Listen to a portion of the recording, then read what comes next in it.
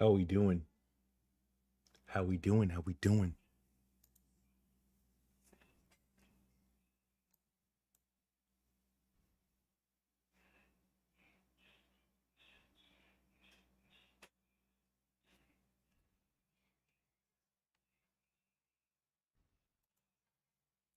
How we doing, man? How we doing? Planet Xbox podcast, episode 140. I need to do a better job. I need to do a better job at a lot of things, man. I've been disappointing myself. Um, I gotta improve, man. It's 2023. Um, Good Friday. It's Saturday. Tomorrow's Easter. Um, make sure we're good. If you can hear me, let me know. Hit the like button, hit the share button.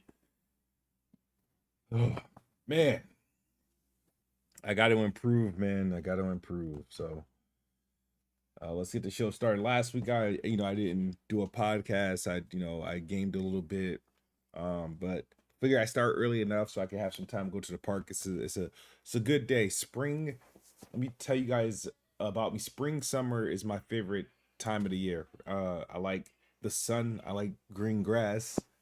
I like being outside, getting that good vitamin D. Uh I like just being out in nature. Just love being outside. So sometimes it's like if it's raining, I'll play video games all day. I'll stream all day, whatever. If I or watch a movie, I'm in the house. But the minute that sun shines and the temperature gets 60 and better, it's um I'm outside. I'd like to go outside. So um and I don't know, man, something about it. So shout out to the finest. How you doing?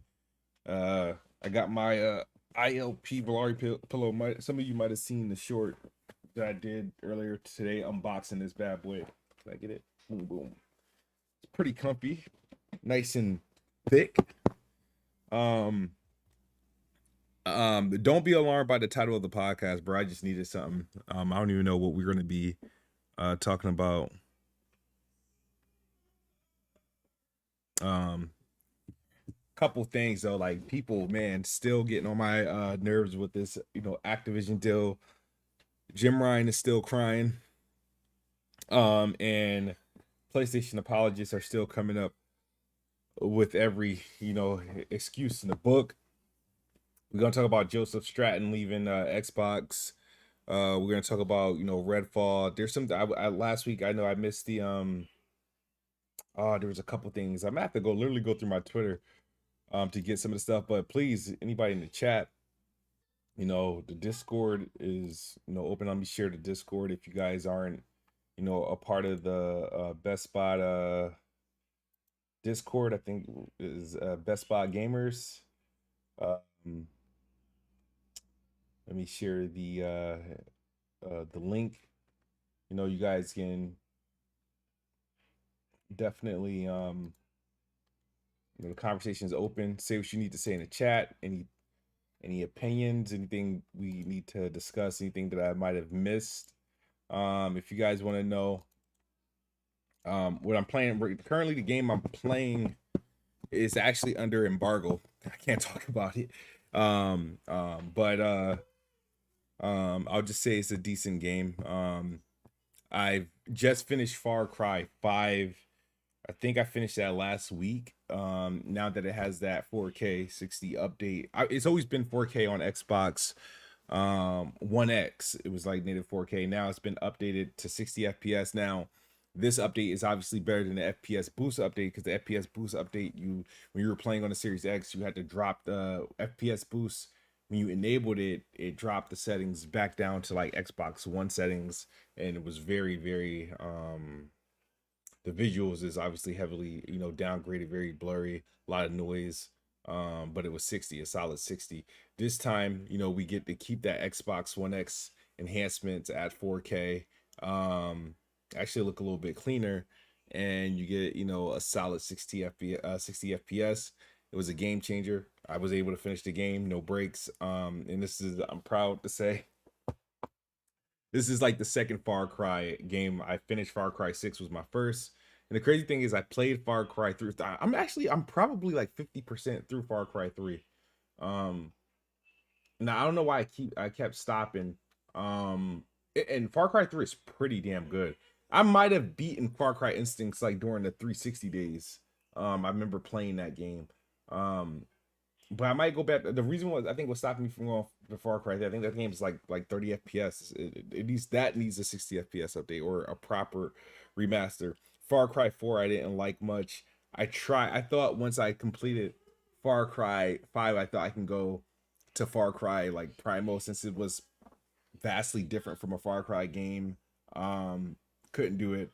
Um, and I know that's all. I think all Far Cry games right now is FPS boost enabled. Far Cry 4, Far Cry Primal, Far Cry 5 obviously has the next gen update.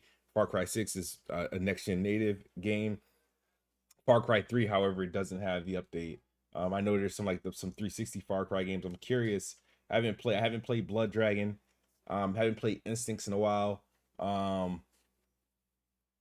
I'm trying to think. I know I played Far Cry 1, but I don't recall ever beating it.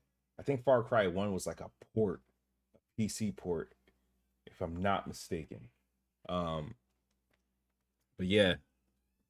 Um, Shout out to Jacob Novik, Eternal 504. Callum Hunter says, "Do you really think this will be the end of PlayStation reign if Xbox gets an ABK?" Absolutely not. I'm just surprised um that Jim Ryan is still going with that argument. Um, I'm just surprised he's still going with that argument for sure. It's very odd. Let me switch myself to PX Lite. Um, it's very odd that he would do that. Obviously his whole opinion changed on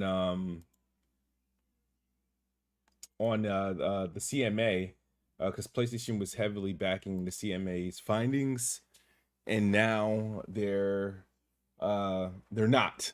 But the fact that he says it's like it's going to cause long-term damage, I think it's hyperbole. I know this other dude with glasses, Reforge, he everybody's new, like I guess he's like the second coming to like PlayStation fans. I mean, I wouldn't dare compare him to obviously Christ or anything like that, but like for some reason PlayStation fans like are just adored by this guy. PlayStation fans for some reason they adapt very well to, I guess, people that sound like they have common sense, right? You speak well, you have a good argument that sounds good, when you're delivering it. You got to have like, glasses, and you have to be apologetic and you have to be brash when it comes to Xbox, apologetic when it comes to PlayStation. And they use them as like talking points. You know what I mean? It's like, I get so weirded out the way I see like, and a lot of people make fun of like Xbox fans or Xbox like content creators like Colt and Diller. They treat Colt, Diller, and like Rand as like this like the they treat them like the like sort of like the antichrist of like gaming, right? They like put them on this like uh pedestal, and they think that everybody's just like, you know, follow what they say and stuff like that. And it's nothing like that. It's like it's a ton of Xbox guys, content creators, that game on Xbox that like Xbox. We all have different opinions, all different tastes in games, but the only thing we have in common is that we prefer, you know, Xbox, right? And people try to group all us up together. Like someone has opinion on that side, they group us all together and we all share that opinion. Um, but PlayStation though, what they do is they go to these guys. They go to like Colin Moriarty. They go to John Linneman. They go to now Reforge, this dork. And now they pretty much they treat their words, their arguments as some sort of like irrefutable facts. Like when they speak about PlayStation or when they speak about Xbox or they have like a take, they take their take and they just like post like, yeah, this is like, they treat it as a fact. So what PlayStation do to specific like, you know, content creators and stuff that represent their brand is what they accuse us of doing for Xbox. Like, only like, sure, like we all think Phil Spencer's a cool dude. You know, I think he's the best thing to happen to Xbox since like, Peter Moore. You know what I mean? Though I prefer like, the Peter Moore and Don Matrix style of competitiveness, because like they competed the old fashioned way. But you know what I mean? I'm not gonna sit there and, you know, not pretend I'm not happy about, the ZeniMax deal. I'm not happy about the potential Activision deal and like the exclusives and Game Pass and stuff like that.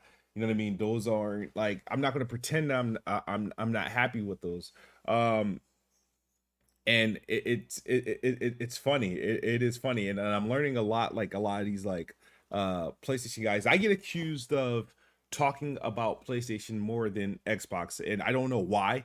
A lot of my content, like I said, when I'm doing videos, most of my videos, if you guys look at my videos, most of my videos, I don't make regular videos no more, right? Um, I make, if I'm doing a video, it's probably a review, a preview, impressions, um, generally podcast and sometimes stream, right? So, and even when I podcast, my podcast is generally focused Xbox related and games related. But I get accused of talking about PlayStation every time I call out PlayStation guys for uh doing content exclusively about Xbox. Um and people would say, "Oh, I talk nothing about PlayStation." I was like, "No, I talk about PlayStation gamers and fanboys. I talk about the people. I don't talk about the platform. I don't need to talk about PlayStation the platform until it's time for me to talk about a specific game or a new feature that's coming up." And that's not like, often, right? Mostly, if you go back to all my podcasts, despite whatever the headline may say, I'm generally talking about Xbox. These guys that all your all the people like the other content creators that aren't really Xbox content creators that do content about Xbox, or they, cater to PlayStation. Um their content is 110% about Xbox. Can't go one episode without mentioning Xbox. Can't go one episode without mentioning Xbox. Can't go one tweet without mentioning Xbox. So it puts me in this situation where I just believe like these guys aren't really PlayStation like fans or fanboys. And a lot of these dudes, they have like this emotional investment into what Xbox does. They have this emotional investment what Xbox gamers play, this emotional investment in what Xbox gamers are talking about.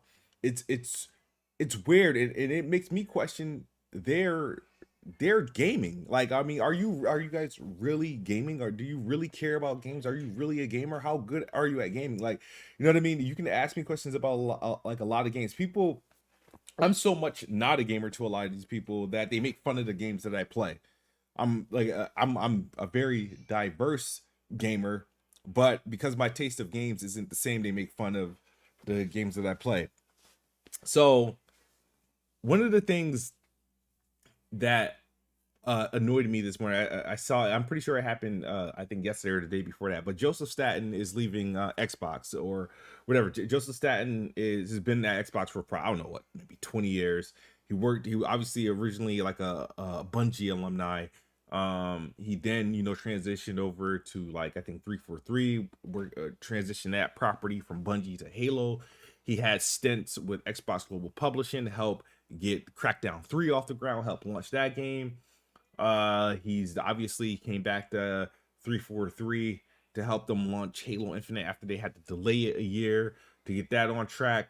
So I have nothing against Joseph Staten or anything like that. You know what I mean? And personally, as I've said before, I got videos, I got tweets.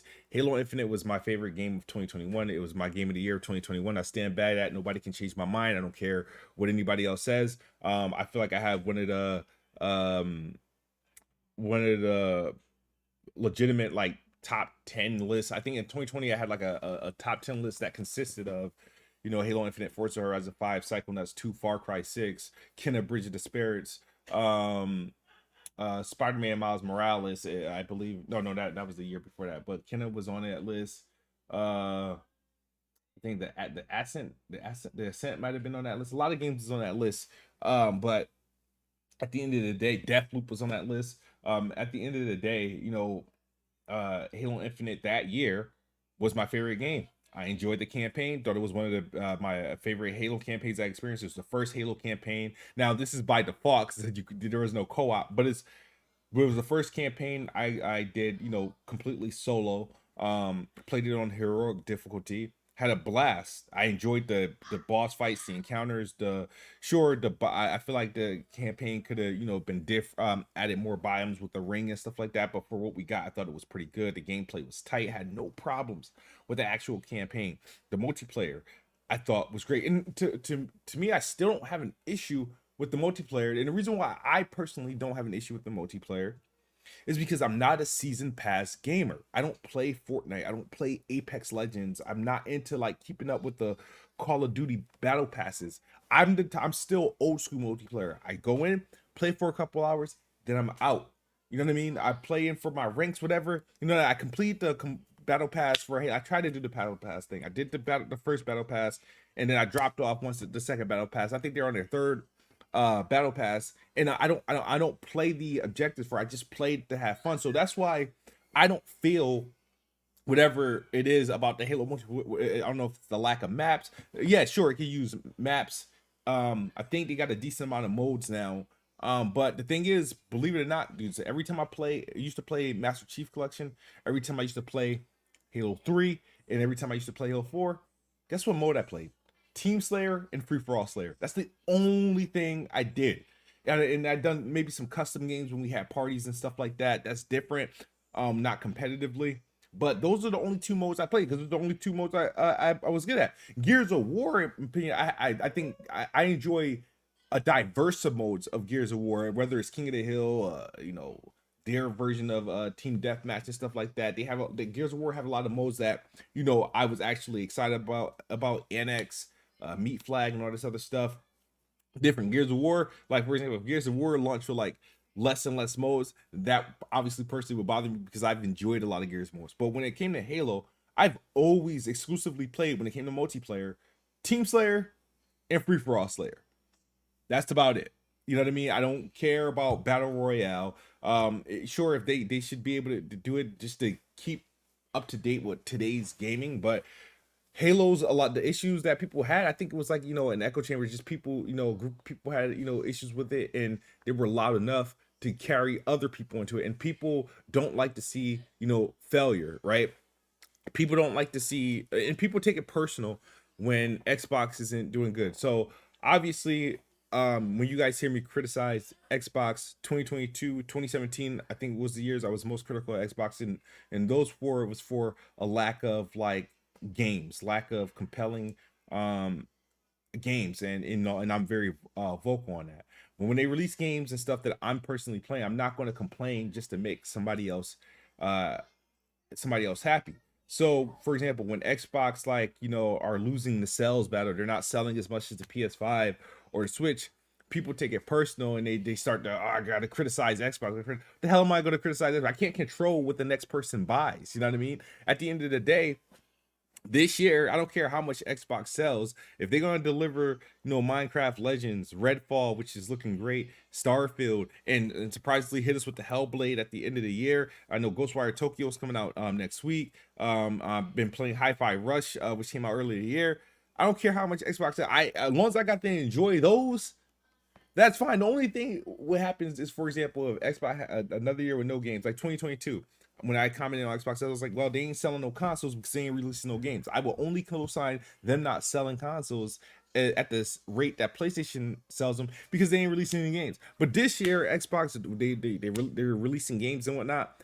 They sell great. If they don't sell, I'm not going to be bothered at it because I don't care, right? I don't care. So I think a lot of people when they see, and I'm saying people, maybe Xbox fans, when they see, people and PlayStation fans make fun of Xbox or call Xbox or point out a flaw or something like that, they take it personal, and they feel like they either need to defend what's being pointed out, or they feel like they need to criticize Xbox. Everybody wants to feel validated when it comes to Xbox. It's like, all right, I gotta look good as an Xbox fan. I gotta look good and make sure PlayStation dudes can't make fun of me. So I gotta make sure I gotta criticize Xbox on this and this and that and third. You know what I mean? I gotta hold myself. I gotta hold Xbox accountable. Like you got these people like Wooly, Odie, and all these other people. For some reason, they feel like you have to hold a company accountable. For what? For what? When I read that this morning, he said, because we were talking about Joseph Staten, I'm like, bro, why are you guys talking this shit? Like, you guys been talking shit about Halo for years. When we were talking about, oh man, I can't take this, my bad. When we were talking about Halo Infinite coming out and Joseph Staten, we're happy to have him on board because he's gonna launch the game and stuff like that. You guys were talking shit. You guys were talking shit about 343, talking about Microsoft and their inability to manage and all this other stuff. You guys weren't giving him the credit when the game launched and it got an 87 Metacritic and stuff like that and had 20 million players and whatnot. It was number 2 on NPD the month they launched, despite being on Game Pass day and date. You guys weren't giving credit. You were talking your shit. You were talking about the graphics. You were talking about the lack of ray tracing. And now one of the head honchos that help get the game out the door and release and get it on schedule, because he was only there to do that. He wasn't there. He wasn't going to 343 to be permanent, to be like, all right, this is my new job now. He literally went. If that's the case, he would just stayed at 343. He went back because they needed help. They asked him, look, help us get this game off the ground. He got the game off the ground. They launched it. Boom, done. His job is done. Go on Sayonara. You can retire. Do whatever you want to do. Go to PlayStation. That's what these PlayStation fanboys want Joseph to do. It is what it is. I don't care. But the thing is, they're talking all this crap now. Now that he's leaving, they want to say, "Oh, you see, their Xbox is bleeding talent because this and bad management and all this other stuff." They want to talk like, where was you when he came?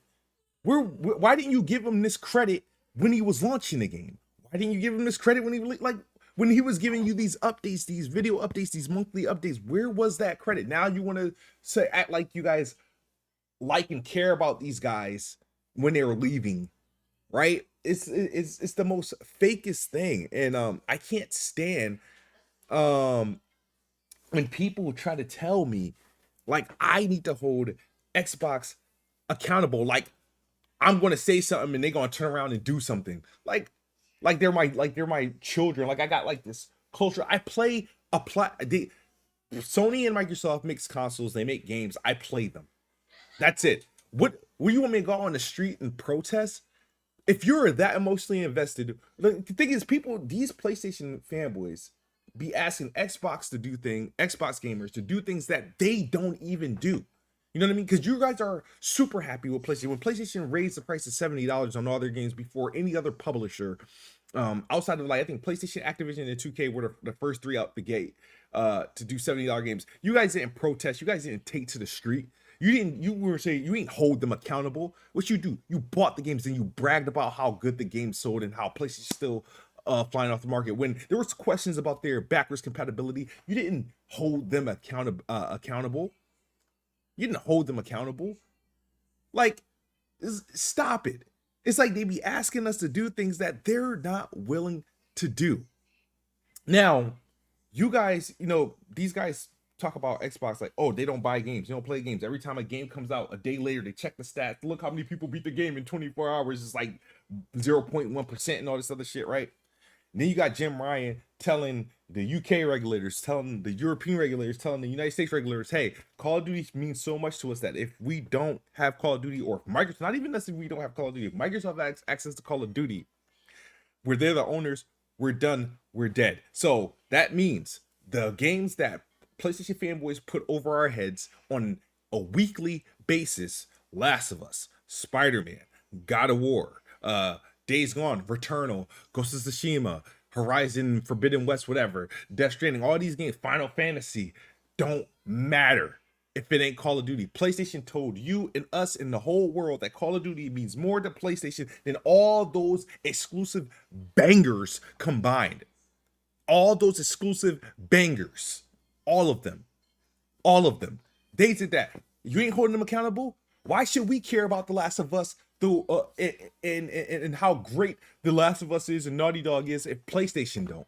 Why we have to beg Microsoft for a Last of Us competitor or a God of War competitor when PlayStation is telling you that Call of Duty is more important than those games? So why do we have to hold Xbox accountable for not delivering a God of War when Jim Ryan, who makes God of War, says, nah, like if you gave them Call of Duty, we're dead in the water. We can't operate. We can't run a business. We can't run a business.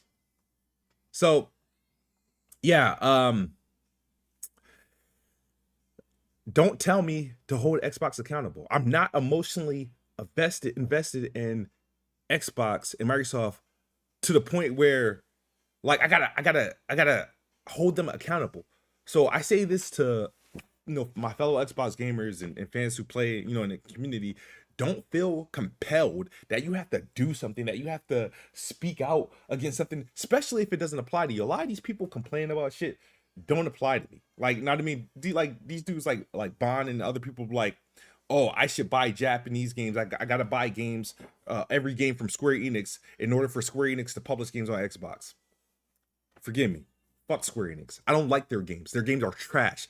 So ever since Square Enix sold off Adios and Crystal Dynamics, the games that I actually played from Square Enix, I don't got nothing that I want to play for Square Enix. I don't think Final Fantasy is a good enough franchise. Sure, I think because of the publisher they are, you're a major publisher that makes games for multiple platforms. I think by principle they should be supplying the Xbox. If the Xbox isn't fucking broken, right, of a platform, then you should be releasing games on it. They're being xenophobic, whatever you call that shit. Like that's how I feel about Square Enix. But I'm not gonna sit there and say, all right, for every game that's in order for Xbox to get the next Final Fantasy game, which I don't like, I gotta make sure I buy all these other games made by Square Enix because so they can come to Xbox. Me personally, myself, me as an individual nobody, as if me buying Strangers of Paradise or Crisis Core is going to determine if Final Fantasy 17 comes to Xbox. It's the dumbest shit that they spew and share with us. No, we're not the problem. Xbox gamers are not the problem. They are not the problem, bro. For Square Enix not releasing games, and it's not Xbox fault either because they're a publisher, they're a major publisher. They've been more than willing to give Square Enix the bag. They gave Square Enix the bag for plenty of games, whether to release on the platform or to release on Game Pass. Square Enix don't want us to buy their games by not putting the games on the platform. There's several companies that sell product to, let's say, Stop and Shop and ShopRite that don't ever move. There's several musicians who's able to release games on not games but music on Spotify, Apple Music that get no play, that gets no stream. They're still doing it. At some point, something is better than nothing. The exposure is there. You know what I mean? So, like, I don't want to hear this Xbox don't buy enough. They buy enough to make it worth it because there's people in worse situations, bro. Worse situations. There's companies in worse situations. So nobody, nothing needs to change. I think Jess Corden wrote an article, shout out to Jess Corden, I think where he blamed like Microsoft for Square Enix. No, I'm not accepting that. I'm not co-signing any of that. Square Enix is a trash publisher. They suck. They make poor business decisions. They screwed themselves by underselling their best developers and the IPs. They screwed themselves. They're stupid. They're inept of making good decisions with their properties. So they like damn near handicapped themselves. I don't know if they were waiting for Sony to save them. They didn't yet. And I'm hoping PlayStation just hurry up and buy them, wipe them off the face of the earth. Right? I think Square Enix sucks. Xbox has great relationships with other Japanese developers. They've had a wonderful, tremendous relationship with one of the best Japanese publishers, and that's Bandai Namco. They have a great relationship with Sega, that's been repaired over the years, and they've been just constantly porting games over to Xbox for that's Sega and Atlas. Koei, who embraced Xbox Game Pass, releasing highly anticipated game Wolong, which is one of the best like Souls games that's not from from software on the Game Pass. I recommend you guys play it.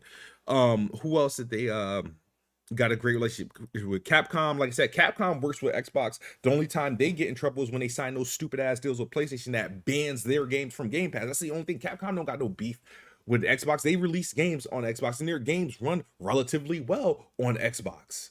You know what I mean? So I don't want to hear Xbox have a a poor relationship. Square Enix isn't every Japanese publisher. Square Enix is one of them, and they're one of the poorest ones, and I think they suck. I don't think they're good. They don't have all they got carrying literally carrying them is Fantasy. Final Fantasy. That's it. Like, and Final Fantasy is an overrated franchise in my opinion. So yeah, PlayStation keeps getting those exclusives. I don't care, and it's not going to encourage me to buy. Making a game for PlayStation, it's not going to encourage me to buy your next game for Xbox. It's like I'm not going to, and I don't feel like these guys, these PlayStation fanboys, and these so-called talking heads, with their fake ass narratives that I need to buy more games for Square Enix in order for them to release games on Xbox. You got to say that to a million people, a million plus people, actually quite a few million people, if you really believe that. If you really believe that. You know what I mean? So I'm not buying that. That's just stupid. And I'm not going to hurt my own pockets buying their whack ass games on Xbox just so their next game potentially comes to Xbox. I would never do that to myself. No, they could drop that shit in Game Pass. I'll try it. If I don't like it, I ain't got to touch it. If I like it, hey, I may finish it. I may. So that's my that's my opinion on Square Enix and Xbox in Japan and the stuff that they're getting. I don't think nobody's at fault. You know what I mean? They have a good relationship with PlayStation. PlayStation, like I said, we know based off like regulation paperwork, leaks, they have egregious policies that pretty much forces publishers to either avoid Xbox as a platform or avoid their consumer friendly services in order to make them look great. And like I said, I'm not mad at PlayStation about that. I don't really care. I'm not the biggest fan of PlayStation itself, like the company and stuff like that, but I don't have like this hate where like I can't like enjoy their games. I enjoy PlayStation games that I do like. Matter of fact, I got a video coming out tomorrow that's about a game. I think it's exclusive to PlayStation, but I think it's not a PlayStation Studio. The game looks gorgeous. I'll drop that tomorrow, but I don't care. I don't mind covering PlayStation games or anything like that. That's not an issue. I don't have beef with PlayStation the way that these PlayStation fans have beef with Xbox. These like have personal beef with like Phil Spencer and like Aaron Greenberg and stuff. Like they got like personal beef. I don't care like about the Jim Ryan. I think Jim Ryan has a punchable face, but I don't wake up in the morning and say I can't stand Jim Ryan. You know what I mean? If he says something ridiculous, I might comment on it, and then I might not, depending on how I feel about it. But like I'm not gonna go out of my way and make a meme out of Jim Ryan. I'm not gonna make any videos about him. I don't care. I don't care enough to do that. You know what I mean? I do like the PlayStation as a gaming platform, and I like some of their games. But it's not my lead platform. PlayStation was once my lead platform during the PS2 era when I was like, you know what I mean? That was the only one that was like a lead platform for me. I didn't get down with the PS1. I didn't get down with the PS3. PS2 did for different reasons. For different reasons. During those years, I was a big fan of wrestling. I liked arcade basketball. I liked games that look like Pixar. So I enjoyed Ratchet and Clank and Jack and Daxter. But I was a big wrestling fan in the early 2000s. So and PlayStation had the best wrestling game at the time. It was the one that I felt like that evolved the most. So I owned every SmackDown game possible. And it was only late into like the PS2 generation or when I got other consoles where I tried explored other games that weren't wrestling based. But I was a wrestling fan. So as a wrestling fan, I was a SmackDown fan, which is literally the reason why I had a PlayStation 2. You know what I mean? Prior to that, I was Nintendo.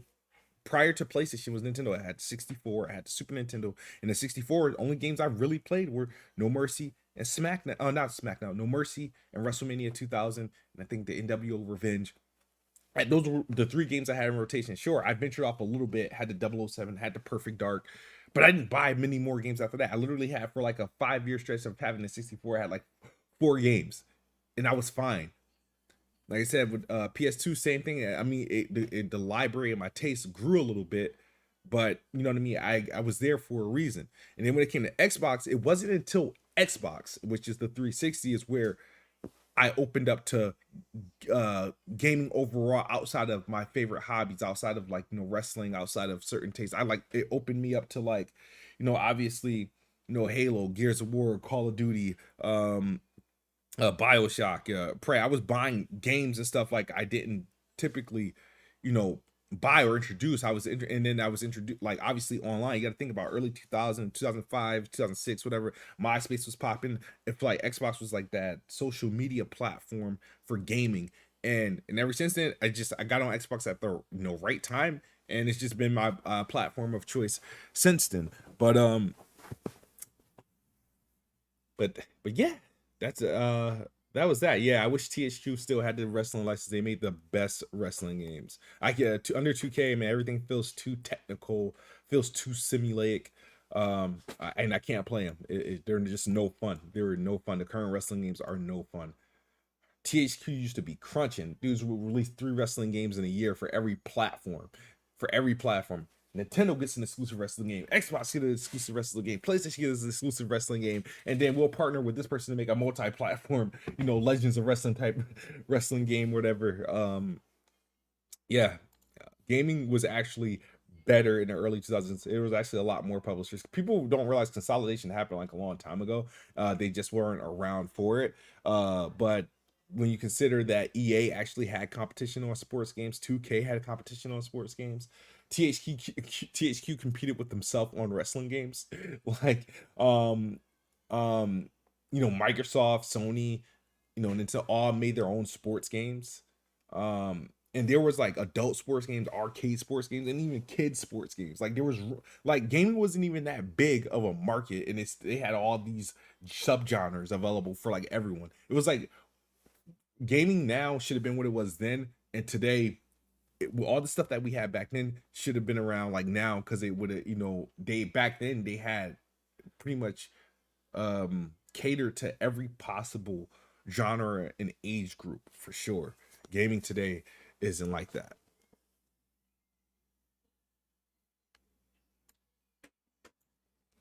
Yeah, Rockstar made a new GTA game every 1 to 3 years. No, Rockstar literally made, all right, GTA 3 was 2001. GTA Vice City was 2002. GTA San Andreas was, all right, 2000, was it 03? No, it was 04. 04. Because it got delayed, it was 04. And GTA 5 was it was like 4 years, not GTA 5, GTA 4 was like 4 years from that. But people forget Rockstar used to actually make games that came out annual outside of that. They made Midnight Club. There was so many Midnight Clubs within those time frames. There was, I think they did the Italian Job, they did the Warriors, they did Bully, they did Manhunt. What else game did they make? They had a ton of games, bro. Like a ton of games. Yeah, THQ is making the AEW game, but remember, it's THQ now isn't what THQ was like then. This is THQ Nordic. This is Embracer Group. This is budget THQ. This game's about to be super mid. It made fun, but it might feel dated. But I think I think it'll still be fun. But remember, this is budget THQ. This is Embracer Group's THQ.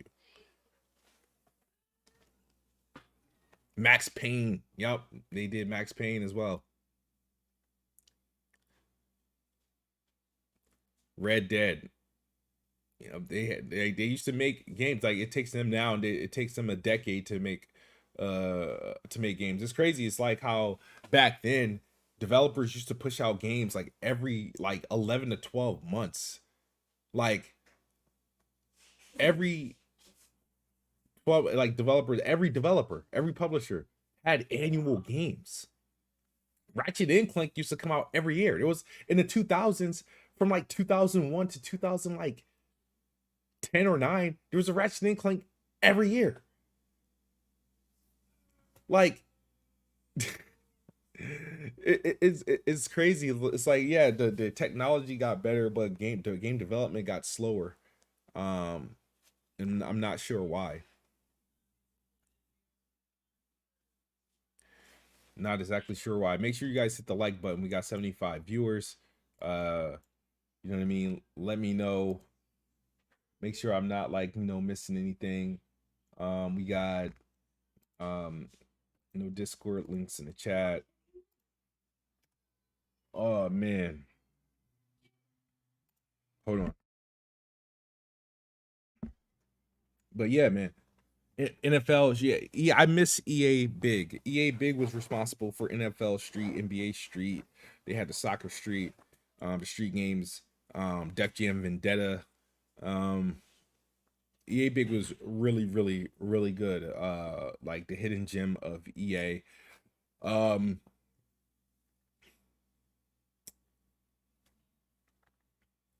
he said people forget NFL Street 1 and 2 came out the same exact year. That's actually true. I think one came out early in the year, and the second one came out like towards like the end of the year, dude. Yeah, I do remember that actually.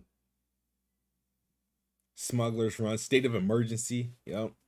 Rockstar.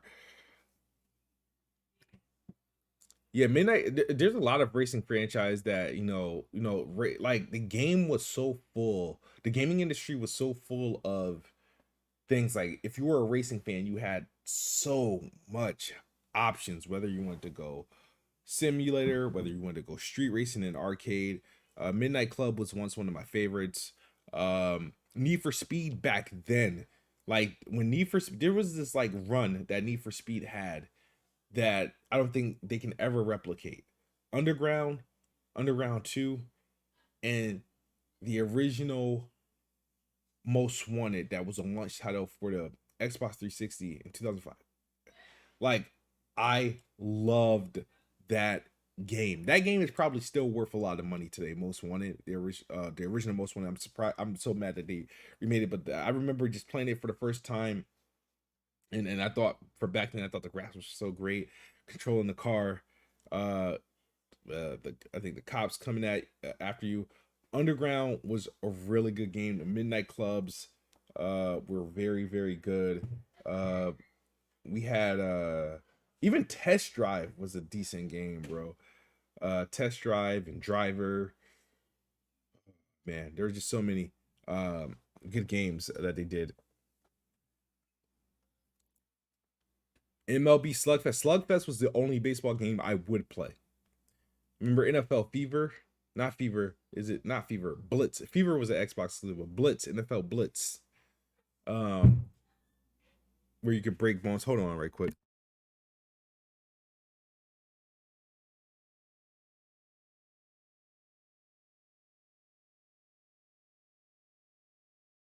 All right, my bad. Said Activision Marvel games, they used to have a stranglehold on that license. Um they But yeah, there was a lot. Tony Hawk's, they had the Underground series that came out after the Pro Skater series, and then they had the American Wasteland, I think. Um I used to like the MTX series, the dirt bike games, bro. There was this dirt bike game. I think it was called like It was like Mike's. Hold on, dirt. I gotta Google dirt bike games for PS2. There was this one game that I would play on PS2 like for like a 2 year straight. Um, I used to like the MX versus ATV, but there was this one game, bro, that my mom bought for me when we were at Walmart, and I wanted to play it so bad, and come on, man. It came out in like 2002. What's his name, dude? Oh, it was Freak Style. Freakstyle for PS2 that came out in 2002. It came out for it was my favorite dirt bike game. Matter of fact, let me try to share my my screen. If I can get this like Freakstyle was like, now if people are my age, if you're early 30s and stuff like that, this you would definitely appreciate it. I'm gonna, come on, bro. Save image as. I'm gonna pull this up. My downloads. Add image. Let me just give me 1 second. I want to show you guys this, man. This game was classic. There we go. This game was a classic, bro. I would play it. It was done by EA Big. It was done by EA Big, bro. I played the crap out of this game. These were like my favorite type of games. When I started to venture off, into like the NBA streets. These games. I would need like a backup game for like, because I would play the wrestling games, right? Like the SmackDown games to a point where you sort of like break the story, where they don't give you like main events no more. They don't give you like championship matches. They don't, like, you just having regular matches. And I would be like champion having regular matches, because that's how long the career had. It literally have like no storyboard. It would just be match by match, and there was nothing else to do. So I would get get bored of that, and play freak style until the next wrestling game came out. So man, let me see if I can get this back. So Rise to Honor, Jet Li Rise to Honor. Early Medal of Honor games were also incredible. The Medal of Honor was like the Call of Duty before Call of Duty. Call of Duty took that Medal of Honor formula when they were doing World War II games. Like, that's why I enjoy like Call of Duty like 1 and Call of Duty 2 so much. It was just like a perfect transition of what I was getting in Medal of Honor Frontline, Medal of Honor Rising Sun. There was a time that I had like a PS2 and a GameCube, and I would buy Medal of Honor for both platforms and just play through them, beat it. And then when Call of Duty came out, it was like the same thing. It was like I was playing like the same type of game, but just with a different name. They were all set in the same time, storming like in Normandy, the beach, whatever. But yeah, it gaming was a lot better than. Why can't I hear? I don't know if Bless is talking right now. But I'm gonna Bless, say something. I don't know if, because I definitely wasn't picking you up. Oh yeah, he's talking. Let me see what's going on here. Why can't I hear him?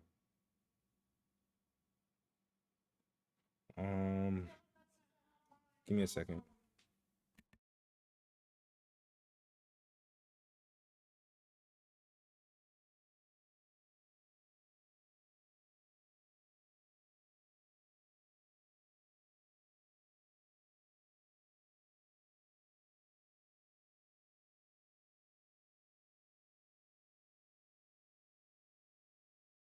All right, say something, Bless.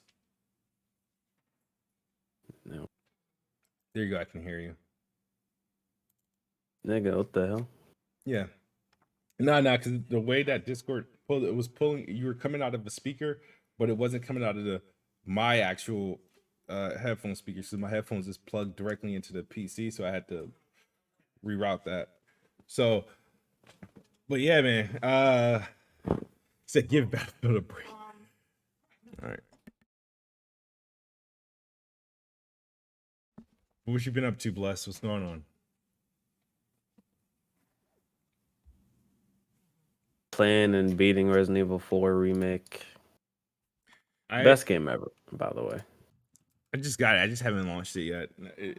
Resident Evil always becomes a game that I end up like I'll get, and then I won't play for some reason. I have like about 6 Resident Evil games in the backlog. Jesus Christ. That game is straightforward. Resident Evil 3 remake, Resident Evil 4 remake, they're just straightforward, bro. Like they tell you what to do. But yeah, that game, I didn't play the original, but yeah, that game is like the best game ever. You didn't play the original Resident Evil 4? No. I played it as a GameCube exclusive in 2004, 5? 2004. 2004, yeah. I've tried it, but I never beat it. I just played it like an hour. I never owned it. I don't know. Just something I just never played. But yeah, this game is the best shit. I mean, tank controls would have probably just made it not that great for me anyway, because I don't like tank controls like that. But yeah, Resident Evil 4 remake is fucking ridiculous. That shit is crazy. That game is so good. It's such a good like action / horror game. Like there's a lot of horror and a lot of just good action, and it just plays well. Good music, great set pieces. Like I don't know, just the horror parts are like actually fucking scary, and then like I don't know, and then the boss fights are fantastic too. Great boss fights. I'm gonna try to play it.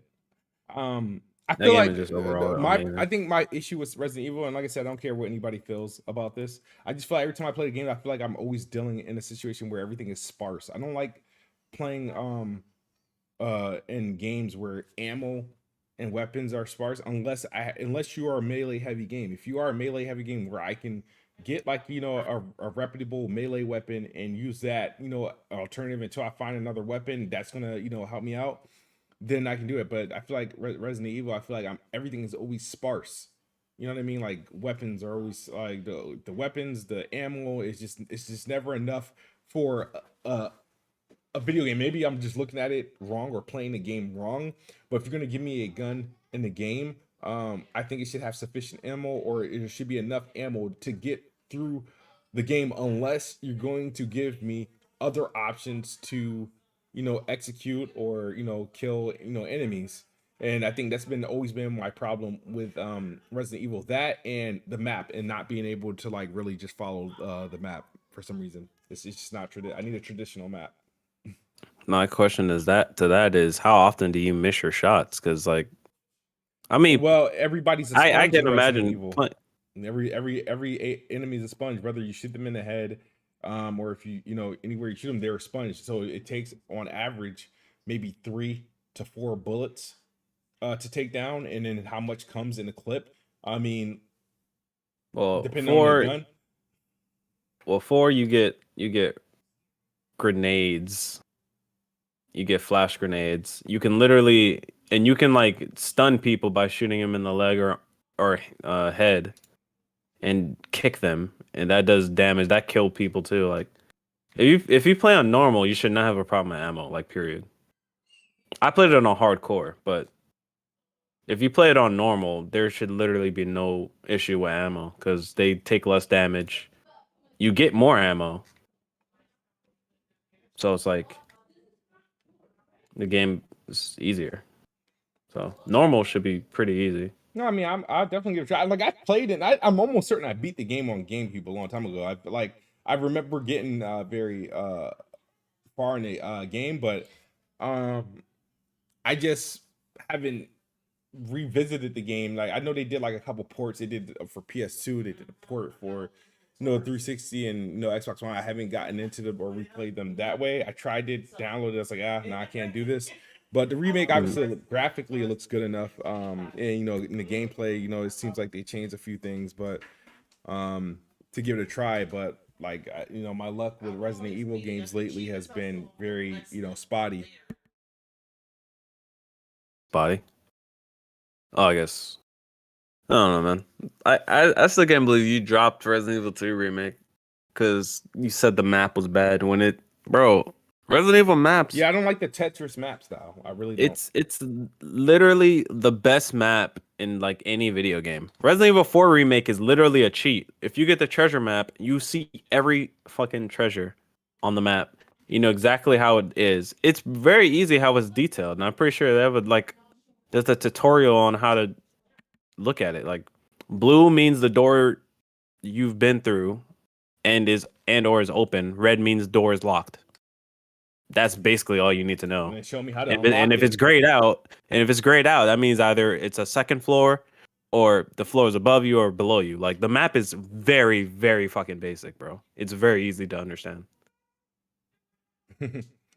So was it somebody asked me, Zeb Bird, do you think Midnight Sun Ultimate is worth it for $50 smooth? I can't answer that question because this is not a type of game I play. It's not a genre I enjoy, so I couldn't recommend it because I wouldn't buy it, period. Whether it's 25 or 50.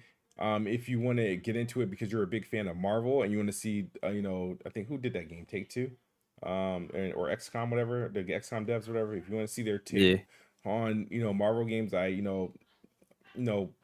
not? Was it naturally a $70 game? I think to me, genre alone, I can't mess with it, man. So I do not have a recommendation on that. I heard mixed results. I saw a review of Skill Up said it's terrible. I mean, mostly the story is terrible. But I don't know. Stories, I heard it's terrible, but overall gameplay is good. Yeah. Okay. It's up to them. Yeah. Yeah, I mean, I'm Addict. Good person to ask is Lord Addict. Gaming Addict played that. I recall he was playing this. I think he got it like day one. I think he enjoyed what he was playing of it. Let me see what else that was on the timeline. Hey, Bless. Matter of fact, have you played the Last of Us PC port? Yeah. Part 1. Yeah. I got the free version. I mean, it runs. Well, it runs trash, but it runs okay for me because my PC is ridiculous. So, but I think the frame pacing and stuff is bad though. Like some of the frame pacing is like it'll have like weird frame times because the CPU is just fighting for its life and shit. It's not very optimized port because the problem is it's like honestly the PlayStation does do stuff that is better than regular PC ports in terms of like decompression, and that's the problem with CPU. Like Digital Foundry showed it. Like I witnessed it myself. It's like if you stay in the fucking if you load an area, your CPU is still decompressing information in the background, so it's still working its ass off. And until that's done, your FPS is gonna be shit. You're just CPU bound. But even if it's done though, a lot of areas it's still just like I don't know, it's still loading the area in the background, your next area. And it's just bad CPU performance. GPU wise, it's pretty demanding too. I don't understand how the fuck their texture, how they handle textures is terrible. Like 8 GB GPUs can't use like high textures. The same thing happened with Forspoken, by the way. Yeah. Which is the reason why I didn't buy it on PC. Yeah, I was gonna buy it on PC. That's the only way I wanted to play it, but I feel cheap. Yeah. The only thing about it though is the way the author textures, Forspoken's textures aren't the best in the first place, but the way they author the lower settings of their textures is not that bad.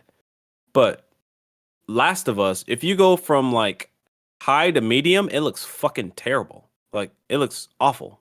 It's like what are you doing?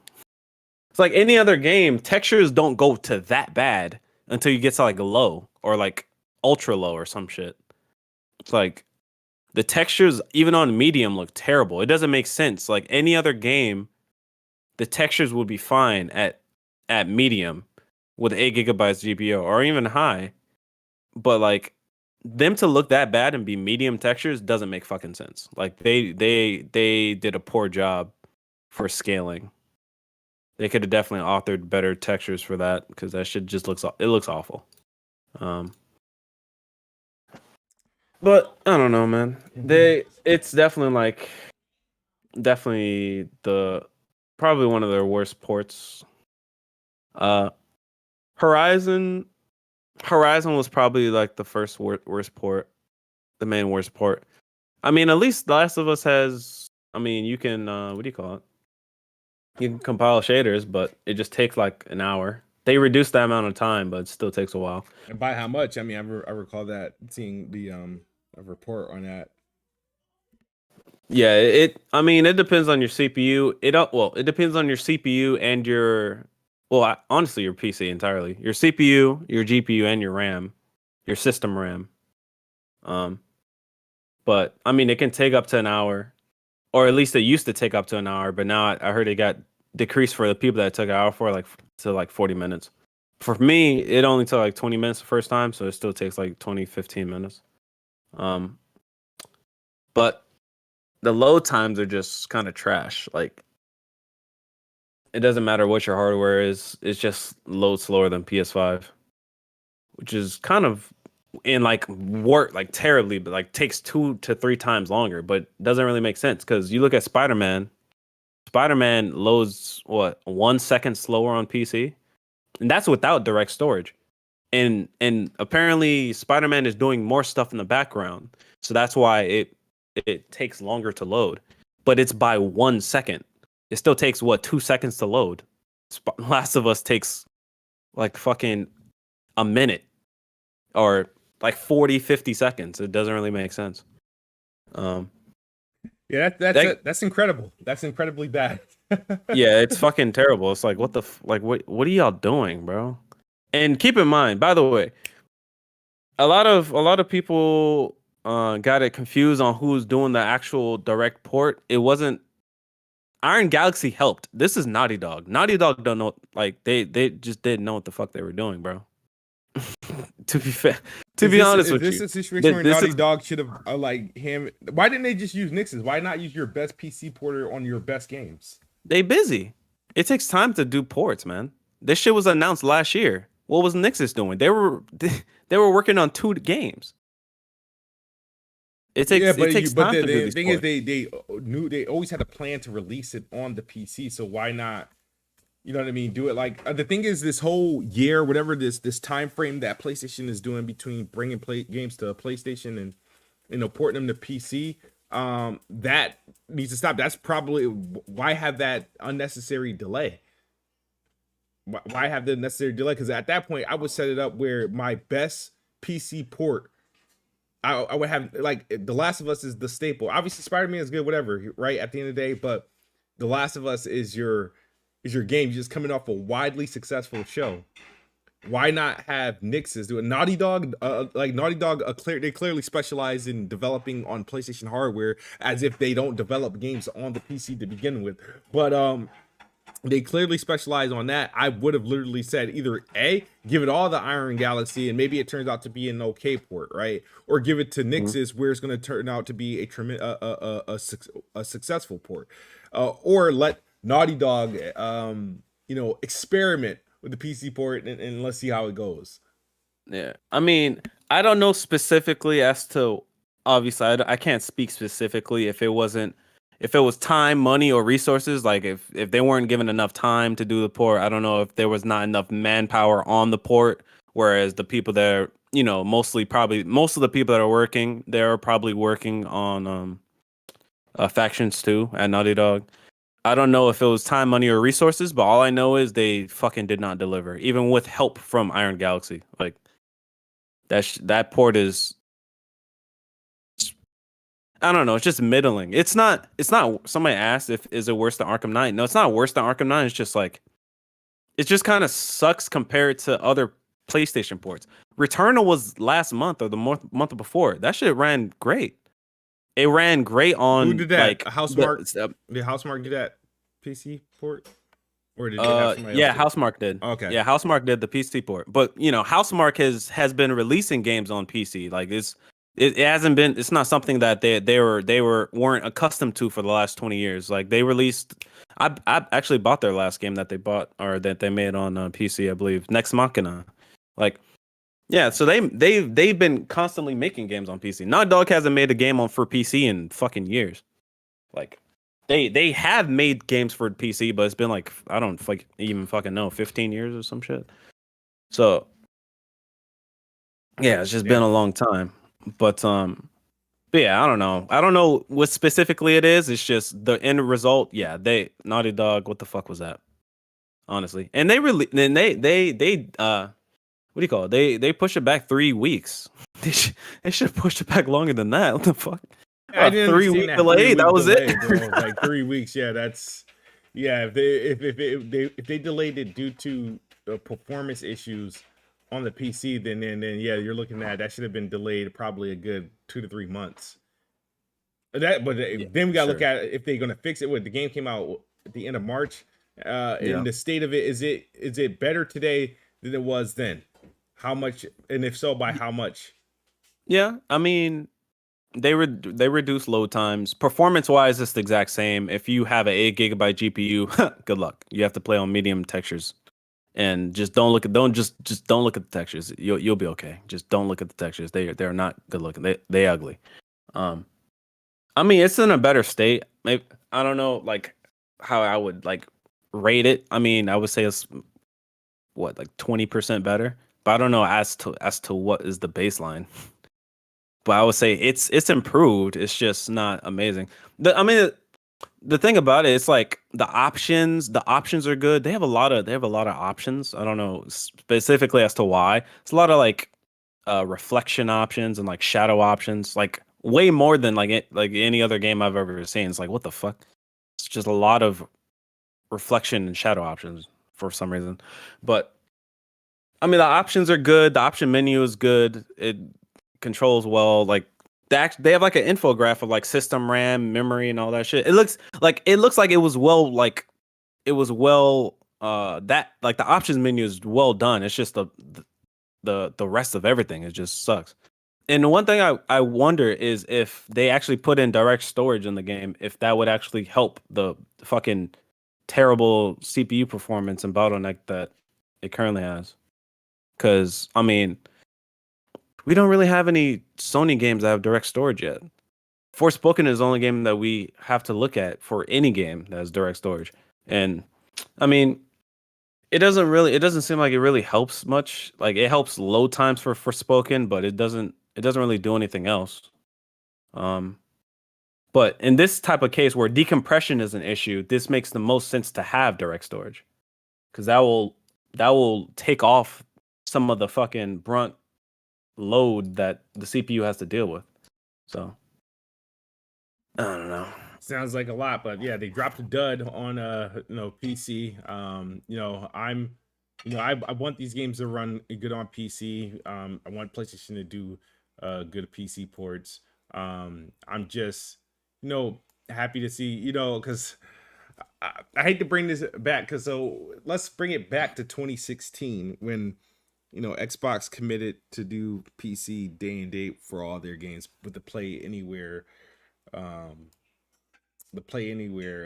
initiative. Thank you. A lot of people, especially on the PlayStation side, doom and gloom. Xbox ain't got no games because their games were going to PC, despite whatever. And obviously, PlayStation will eventually adapt that model. It's to a situation where it doesn't really. It's at the end of the day, it's not that big of a deal. The games on PC, the games on PlayStation. Like at the end of the day, where are you gonna play the game? I think PlayStation fans are actually happy and rejoicing at every PlayStation PC port that performs poorly because it's a promotion of their platform.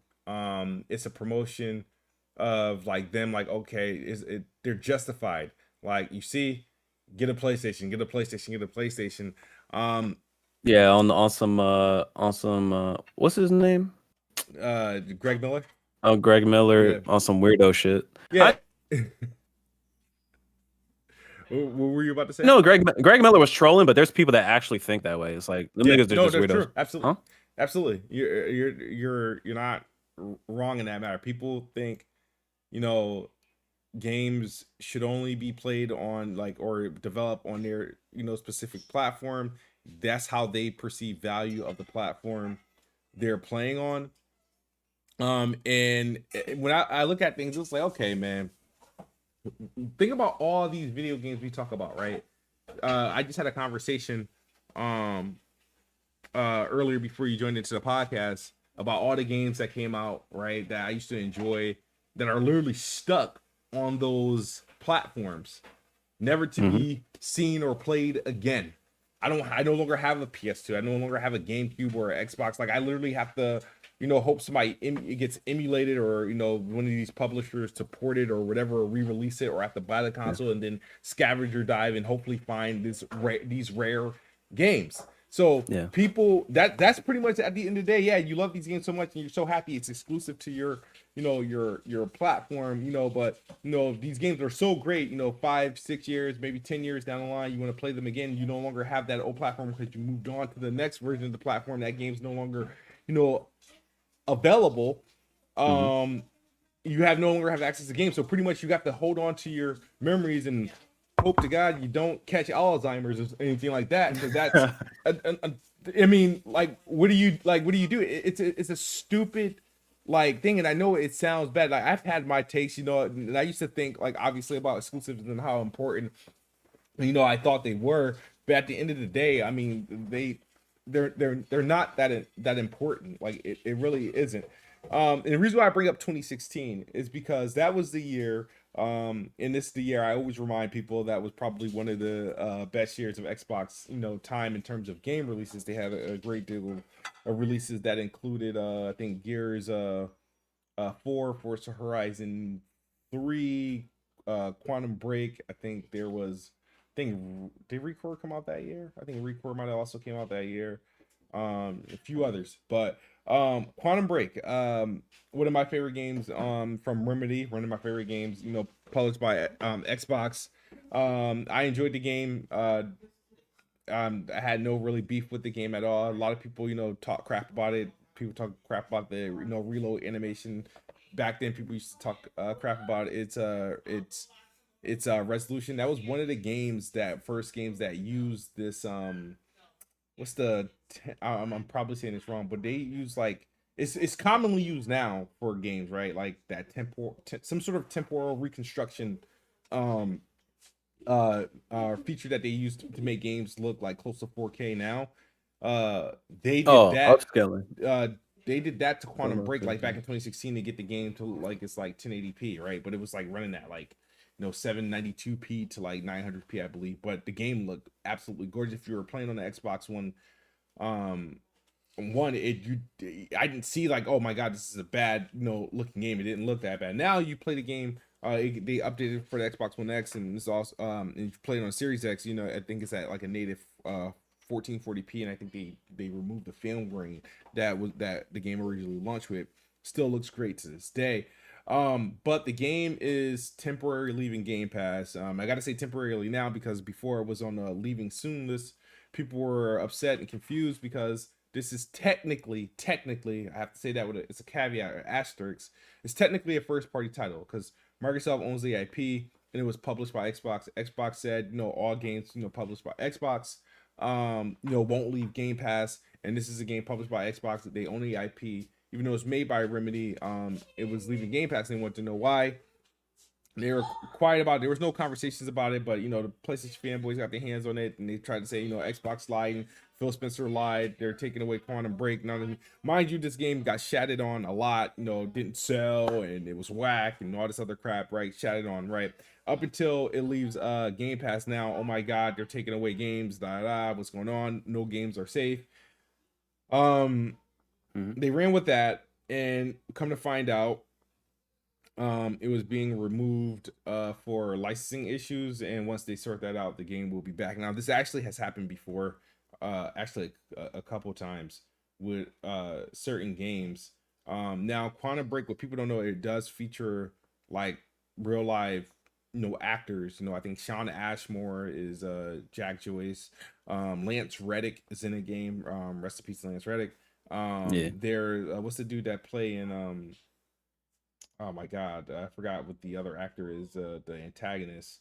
But it's a lot of like big time actors in the game, and they also have like the movie scripts and stuff like that, and they also have real life music and real life brands in the game. And when you do that, when games start incorporating stuff that like commercial things, there's these licensing and that they have to get renewed, and you sign when you do the game, you probably get it for what, 8 to 10 years or some shit like that, right? Before you have to renew it, unless you do something like annually, you have to renew it. And that's the reason why games like racing games, especially Forza games, and that they get delisted after a certain amount of time, because the licenses don't last too long, and they're okay with delisting those games because they typically, in outside of this recent stretch, they typically make Forzas every year. So if it gets delisted in 3 years, a new one's coming out, and hopefully you own the game.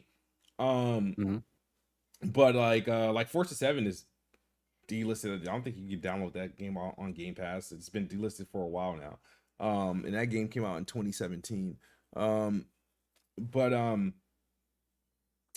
so that was the issue with that, and those are methods that can't be, that Microsoft doesn't control, unless they solve those issues.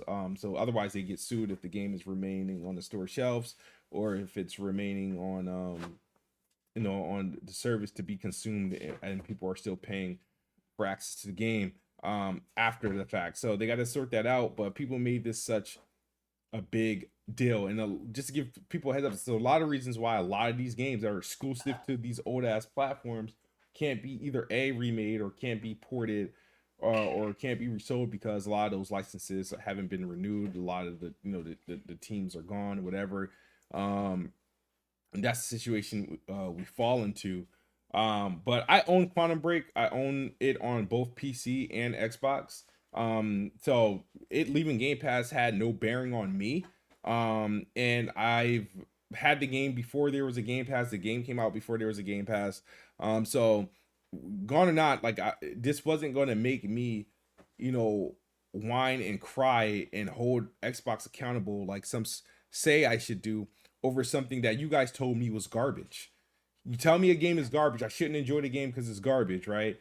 Control is so much better. Adam Wake is so much better. I find a game I like. You tell me it's garbage. It leaves Game Pass. Now I gotta curse out Microsoft because that whack game leaves Game Pass. It's like, I don't know what to do with these people sometimes, but the selective outrage when it comes to Xbox is impeccable. It's like for example, like the minute like Lawbreakers suddenly leaves and nowhere to be found on the stores, or freaking Destruction All Stars or something like that. So like you're gonna guys expect me to cry about it? No, I'm not gonna cry about it. I didn't like those games. I literally, this is the last time I was a fanboy to a developer. It's like, I'm gonna do this for a developer because I like you. Was Cliff Bleszinski. I bought Lawbreakers because even though I didn't like he was making, it was exclusive to PlayStation. I was so happy what he did with obviously Gears, and I liked him as a developer. I liked the person, and I was like, he's gonna make, there's something good to be found in this game. Maybe I might like it. So I bought it. I spent what was it, like $40? I think the game cost. Bought it day one, played it a couple times and whatnot. I was like, I'm not really feeling it, but I bought it. Don't think, I bought it. I can re-download it on my PS5. I bought it. I supported the dev, and what did it get me? The studio shut down. They made Radical Heights. That shut down. Supported the dev. So the things they tell me to do, the things they literally tell me to do, I have done before, and it got me what? Nothing. Cliff Bleszinski hasn't made a game since.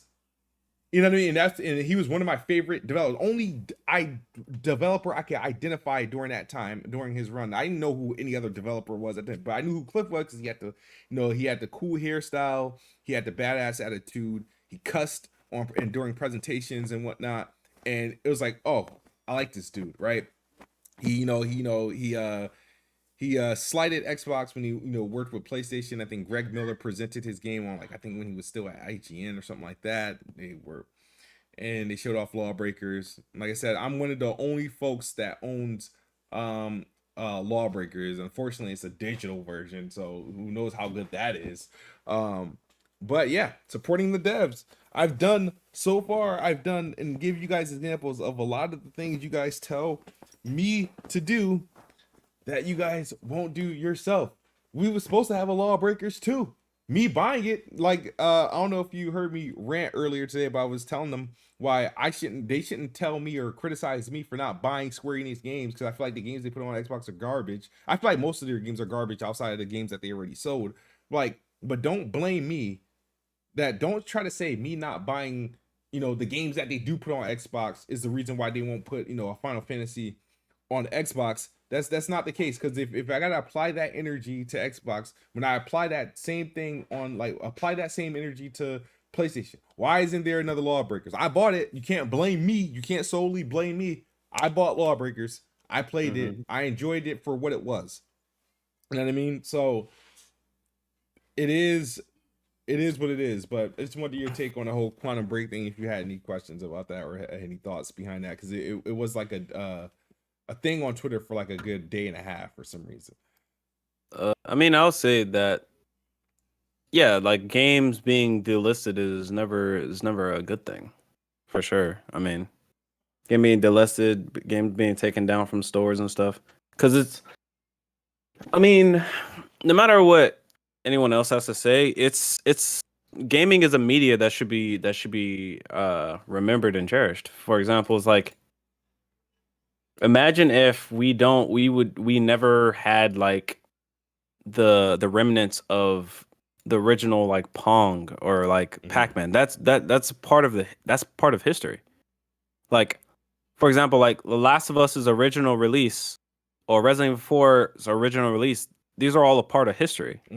And people love those games.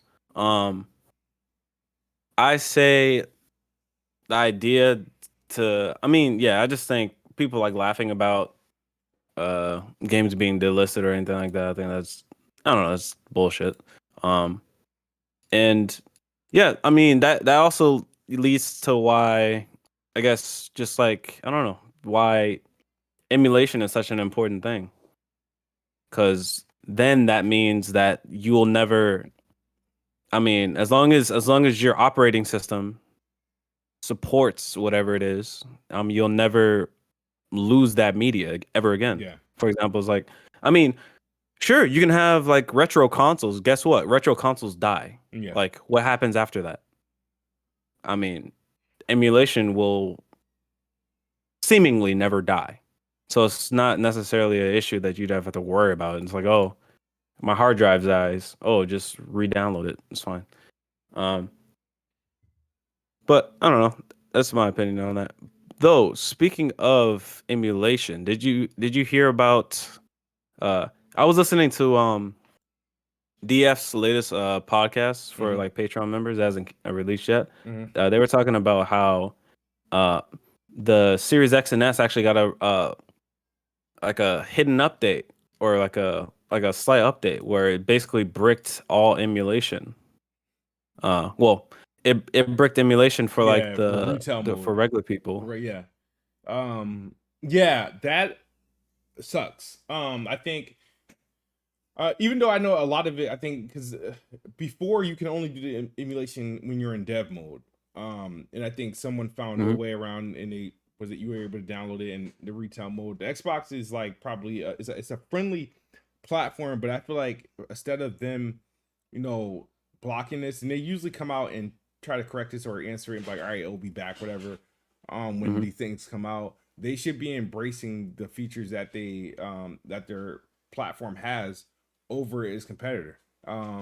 They should be embracing this. I know it gets them a little bit in trouble, because they got in trouble with Nintendo when people were like showing off like Mario and stuff like that on I don't know if it was during the Xbox Series time or during the Xbox One time.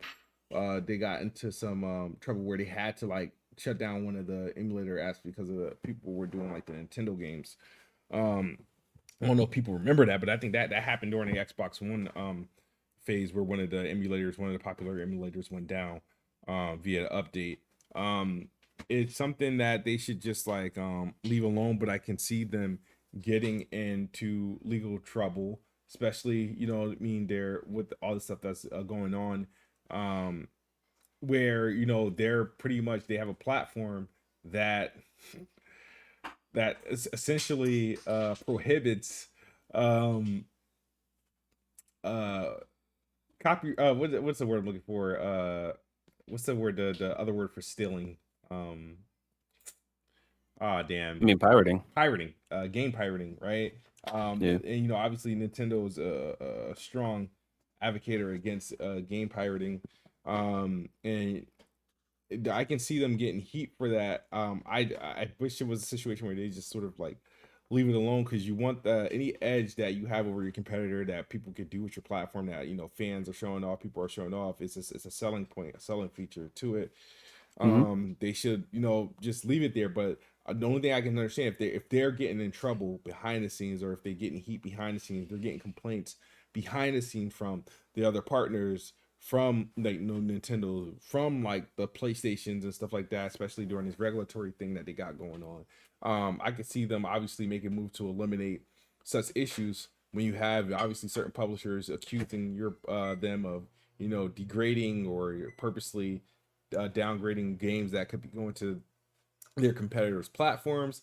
The PlayStation can literally easily use like, hey, they have a platform that that pretty much that allows game pirating, and our games are being our legacy IPs are being pirated on Xbox platforms. They could literally throw that against them, and I don't know if it makes a difference of them buying, but it's a thing. You know what I mean? It looks like they're already getting into other legal battles. Microsoft is going to the U.S. Congress about their activities and their dealings in Japan, and how PlayStation's a monopoly over there, and not allowing Xbox to really compete to their greatest potential. They're going to their congressman. Sony can then go to PlayStation and go to the U.S. Congress and be like, hey, Xbox is allowing game pirating. Our legacy titles are being exposed on their platforms. That something needs to be done.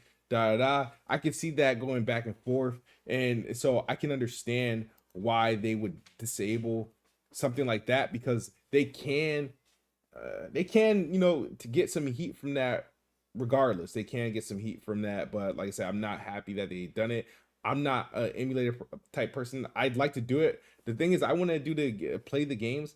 I just don't want to do the work to emulate the games, right? I just want to just download the app and just play them from there. I don't want to have to go to my computer, download it, put it on a USB, and go back and do this. Nah, I don't want to do any of that. I mean, doing it from the Xbox console would have been the easiest way for you to emulate games without having to change settings and stuff. Mm-hmm. That would have been the easiest way. But yeah, I do think probably Nintendo pulled up. They checked their prostate and some shit. They were like, nah, you can't do this shit. Yeah, fair Because enough. the only people that can emulate Nintendo games are Nintendo. So and sell you the fucking the emulated game. But yeah, I think that's probably what happened. It's just unfortunate. It's a untold feature that just gets washed away, and it's kind of silly too, because it's like people that have it installed, you just can't use the software anymore. It's like, oh, I have it installed, you can't use it. Like, it just doesn't work. It's like, what? But Hold on one moment. Hold on. I just want to make sure my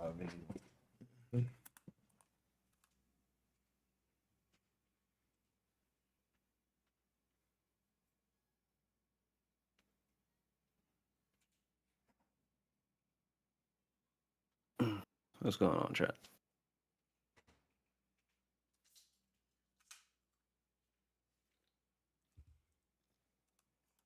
I wonder if Metal Gear Solid 5 is actually no Metal Gear Solid. Sorry, not Metal Gear Solid 5.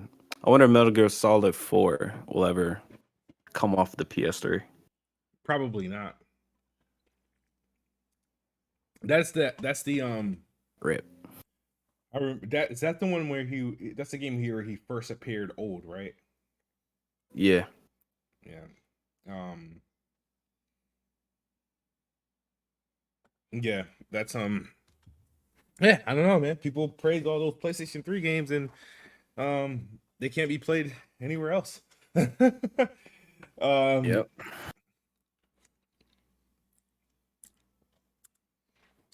But let me see what else we got. That sort of happened. So Redfall, there's some gameplay of Redfall going around. IGN first released like this 3-minute gameplay of them honestly just sucking really ass on the game. Like I was like, okay, I wonder if all the cuts are to cut out like the deaths, because you know how the screen like changes when you're taking too much damage and stuff like that, and they'll cut Yeah. and they'll keep cutting and whatnot. But like the gameplay itself was not a great showing of the game. So I'm still not, I don't have any concerns or worried about the game, because I've seen the game in better light. I've seen gameplay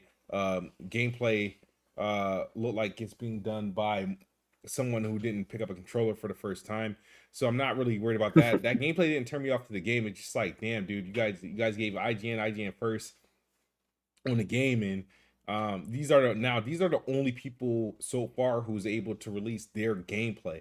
Everybody else that played the game a couple weeks ago, where they flew them out to like New York and they flew them out to LA to do game previews of the game, they've got to play the game. However, everybody who covered the game in that period could only use like stock like footage that was provided from Arcane. So even though they were talking about the game and telling you about their experience, that wasn't their actual gameplay. Um, they it was just stock. Like, hey, they send them home with like a a thumb drive, or they send them like a drop link, a Dropbox link of the gameplay that they can use to talk about their previews. IGN, Yeah. was blessed obviously to utilize their own gameplay, and I now understand why Arcane gave out stock gameplay, because people are trash. This dude was in the middle of a battle, middle of a fight, right? With like a look like a boss or a mini boss, and it's like he ran out of the combat zone, even though it doesn't have like a tether or anything like that. But it was just like, where are you going, dude? It's like he like ran and he like scaled like this like outer bank, and then he had to, the camera had to cut, and he's back into where the battle is taking place. And I'm like, what is? It's like, I understand like running and get your health back and whatnot, but it looked like he was like going to run and like, oh, let me do another objective. But I'm like, but yeah, your teammates are still fighting this big ass dude. Like, and it's like, now I can't, I really can't, just 'cause I've done like panic stuff, like, so in the clip, the boss is coming after him, and he like does he and panics and throws out, I guess, this what's the I think the UV light thing that impacts him. Clearly it doesn't work as well against like boss fights, but the thing is about it just looked bad, because the guy has to perform an animation to pull out this thing, right? So the guy is coming and he's doing this special thing with his hand, and he to throws it out, and it's like, man, that you probably shouldn't have done that, or you probably should have done that before the thing entered the room. But Oh yeah, overall, I saw that. I saw that shit. yeah, overall it just was not good gameplay, and then people are using that as like, oh, the game is bad, the game looks bad and stuff like that. Like it's an Arcane game. I'm not going to tell you it looks like next like this state of the art next generation only game. It's like, for example, like, I didn't think Deathloop looked like the best game in the world when it was a PS5 only game when it launched in 2021. That was the first game launched by Arcane. This one looks to me, it looks better than Deathloop. It's more of my style than Deathloop. I think overall I'll enjoy it more than Deathloop, because of the multiplayer aspect, because of the theme, because of the location. I'm from New England. So I think I'll have a better time in this. The difference in characters. Now, the thing about Deathloop that I thought was good is like the characters were great. You had Colt and I think her name was like Lana or something like that. They had great dialogue between the two. I thought the story was dope. But I wasn't a fan of the gameplay loop. I was not a fan of it. trying to like, all right, I gotta do this mission at night, gotta do this mission in the morning, gotta, and like, you know what I mean? I didn't like that aspect, that roguelike type scenario. So I beat it on PS5, but when it came to Xbox, I like started it, I was like, nah, I'm not playing this again. You know what I mean? I understand it's a good game and whatnot, but I think Redfall would be more my vibe. I'm still looking forward to the game. And yeah, I'm definitely, I don't know, I haven't decided if it's going to be a game that I try to play exclusively multiplayer or exclusively like solo. um it's a game that I want to experience with other people, but Mm. depending on how long the game is, I don't want to make that commitment and then only play when somebody can play with me, because then that's how you can easily drop a game. And I'm actually dealing with that right now with the game that I'm currently going to be reviewing. It's a decent game. It has a multiplayer aspect that's actually also doesn't feel tethered at all. At least right now, I haven't experienced a situation where it's tethered. But it's really good. It's drop in, drop out. But the good thing about this game that I'm playing is that everybody keeps their stuff. Their progress carries over. But hold on one Mm. moment. I am getting a call. I just need you to entertain the crowd. Mm. Yeah, I ain't gonna hold you. That gameplay looked like ass. But actually, there's no bust. It just looked like ass. I don't know. It's not even just. It wasn't even just the. It wasn't even just the. I don't know. The person playing, and I don't know. I'll wait for smooth on the graphics part, but I disagree on the graphics part. But I don't know. This game, I was looking, I was looking forward to playing it, but now I'm just like, or I was interested in playing it. Let me rephrase that. I was interested in playing it, but now I'm just like, that boss fight did not seem appealing at all. I don't know, like a team full of capable people. I don't know if they're playing on easy or not, like, but I don't know. The boss didn't seem like he was menacing at all. It didn't seem like he would have been difficult at all to deal with. And I don't know. It just I thought it would be more good looking than that. Oh god, this Aaron guy back in the chat, like always. Always the one. I'm sorry if I'm not sucking its cock, my nigga. Like, bro, I have my own opinion. I was going to purchase Redfall before seeing that gameplay. Now I'm questioning if I will.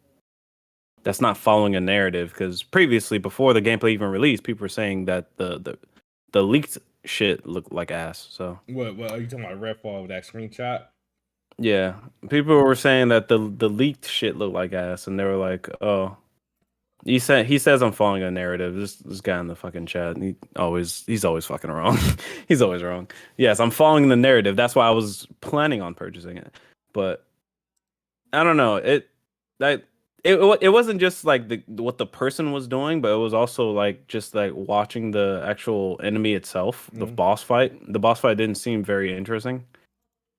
Uh, I don't know. He just went into the building, and I mean, obviously, there's other stuff he did, but it didn't seem very difficult. Like if I had a 4-player team, it seemed like I'd be able to watch that boss pretty easily. It doesn't Yeah. seem like he was very complex or difficult to understand or anything. He just seems like a basic grind of a boss to kill. I don't know. And watching the other gameplay, I don't know. I'm just not very. The more I see of it, the more I'm just like less interested, I guess. I don't know. I like That's the previous CGI trailer more. I don't know. I mean, But I like this, but I like that trailer because I like the music playing. Was it damn, who, the 5 stair steps? Ooh, child, things are gonna get easy. Yeah. oh yeah, that shit was Yeah. banging. That's Oh, that.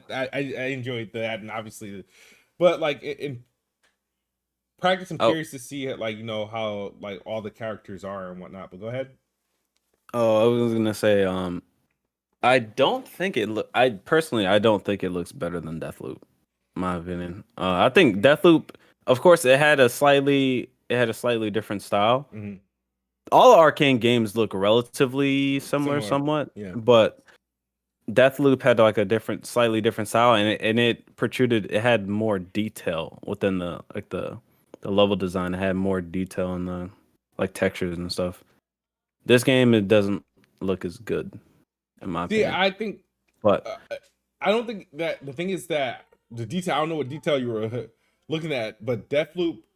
All right, it has room to do that because one, it is like a stage by stage game. Um, that has to be remade at night and day, right? Um, yes, Def at times of day. Redfall is an open world game. Well, I think a full day and night cycle, but from what I've Yeah. seen of the game and like action, it's like so there's this I don't know if it's film grain or something like that, but Deathloop had like this faded look that I found unattractive. What, Uh, chromatic aberration or some shit? maybe that's what it was. That Bro, people need to turn that shit off. that It made Redfall it didn't blurry. have like yeah, just like in Yes, Redfall chromatic doesn't aberration. have Redfall. I feel like it's image quality. I feel like it pops out, especially interior. I like the way that light bounces off of things, and um there obviously it's going to be a game where some areas you go in a game, is better suited for like certain areas than going outside. I don't think I'm going to be a fan of the red look when you're outside, um where the sun is like barely passing through, but like the interior environments I think look really good. I think the guns look really good. um I'm not, the character models are like, are on par with their, previous games, so it's not, that big of a deal. But I just think it's just more, I guess, the type of game I feel like I'm gonna favor Redfall more. But Mhm. we'll see. I'm still looking forward to like, I'm also looking forward to like, Minecraft Legends. I know previews just came out. I have to read about them. Hopefully there's something on. I'm not sure if there was like, gameplay previews online. Um but it's a I'm not a Minecraft like fan of the like base game, but like I did enjoy not Legends, Dungeons when it came out. And I'm curious to see what, you know, Legends is about, to see how like, that turns out. um Ghostwire Tokyo, I'm willing to play that again. I beat it on PC earlier this year, I think back in January. But I told you, I think, yeah, I spoke to you a couple times, I just had like some random ass performance issues with that game on Yo, PC. It was like, eh, I don't know what was going on. I like some side note. Go ahead. Oh, I was gonna say side note. Did you watch that video I put in the chat? I don't know if you did. No, if you just Oh, yeah. yeah. Honestly, bro, Oh, AMD or this eight Nvidia gig going with the eight VRAM. gigabyte. Yeah, the Yeah. hardware lab. Yeah, I asked a question last week. Am I in trouble because I have a 3070 Ti? Because Yes. that's stupid. It's like the worst investment. I mean, it is stupid. Honestly, that's Nvidia, bro. Honestly, in my opinion, any GPU that's releasing. Okay, so this is how I see it. Eight gigabyte GPUs, that should be like entry level. Oh, okay. That's an entry level amount of VRAM. Okay. That should be for 1080p. 1080p, 8 gigabytes. 1440, you're looking at 12 at least. 12. And then for 4K, 16 should be the minimum. Because honestly, the way things are going, even if the game is like not the most well optimized, you still have to account for that. But there are games we're getting to next generation where PS5 and Xbox Series X are the target. And if you're gonna play at 4K or even 1440p, you need to have a frame buffer that's at least somewhat above the PS5 and the Xbox Series X in terms of RAM. They have what? How much? What's the allocated RAM for video games? I think PS5 has like what It's somewhere, 13 or 14. yeah. It's like Uh, they both have what it's like. They're both like are they both they're 16 they're both gigs? 16. They're But 16 like, total. yeah, they both It's get like like and it's like 12 or somewhere between 12 to 13 that they're allocating towards a game. towards the game. So that includes, of course, they don't have their own video memory. So it's that system RAM is basically all going towards the game. That's VRAM and system RAM, whatever. But it's like if you're not at least matching that, or of course, if you're playing at 1080p, it doesn't matter. It doesn't matter. You'd be lower. But it's like if you're expecting higher quality settings and like higher resolution shadows, ray tracing adds a lot to VRAM. VRAM, like you turn on ray tracing, your VRAM allocation goes up. You're using more VRAM when you turn that shit on. You want higher resolution textures and all that, you have to have more VRAM. It is what it is. So yeah, 8 GB is not. I mean, it's unfortunate, but yeah, it wasn't the best bet. I mean, you could obviously sell your card and get something else. But even I don't know, even Nvidia, if even Nvidia's like lower tier shit, it's like I don't. The 4070 Ti costs too much to only have 12 gigabytes of VRAM. I think 4070 Ti is $800. I don't see why $800 and you get 12 gigabytes. That should be 16. But you look at AMD, they're like, oh, $800, 20 gigabytes of VRAM. That's how it should be. But Nvidia, they're just starving their players on this. I ain't gonna hold you. They're just starving the motherfuckers. That's why I I saw it coming with my 3080. Like 10 gigabytes. I want to play with all ray tracing on. That's fucking VRAM intensive as fuck. All settings high. Yeah, nah. That 10 gigabyte frame buffer, that is not going to last me another 3 years without having to lower settings. Yeah. So yeah, especially at 4K, yeah, you're gonna have to. Unfortunately, you're gonna have to lower your texture and shadow settings and not and use ray tracing sparingly, or you gotta get a new card. Because Yeah, that's that's basically unfortunate. the problem. That's really unfortunate because yeah, it's just like I felt like really crap, because I feel like I just made a major upgrade. I think I slightly overpaid for the card because I think I bought the card towards the end of the whole Cryptocurrency shit. Yeah. So and at this point it's like I don't know like what to do.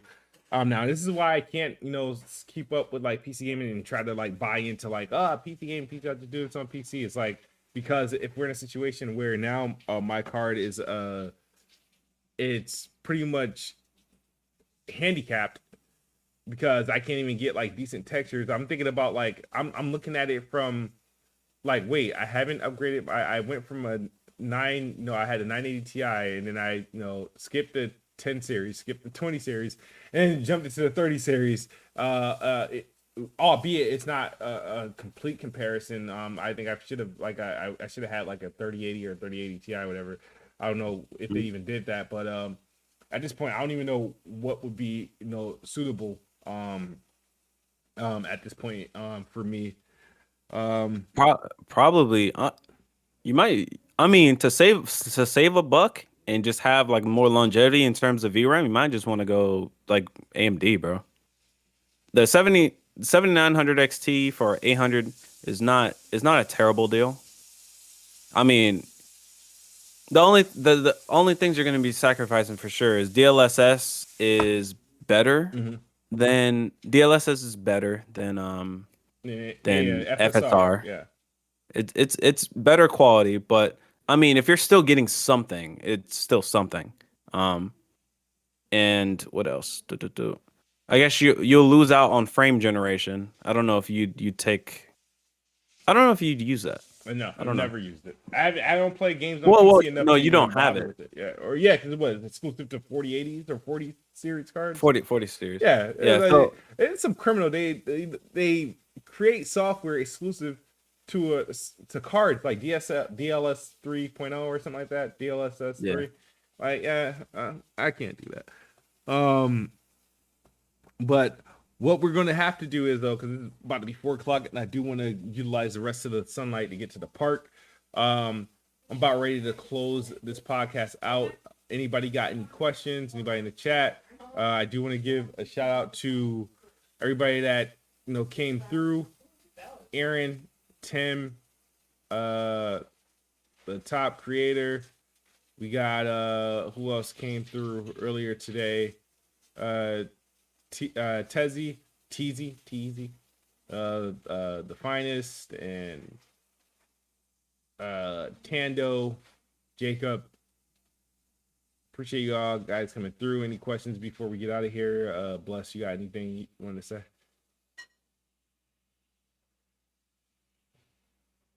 Nee. That's basically it. Have fun gaming. Oh, Star Wars. You know what I forgot? What was that game? Dead Island is coming out this month. Yeah, it comes out in about like 2-3 weeks.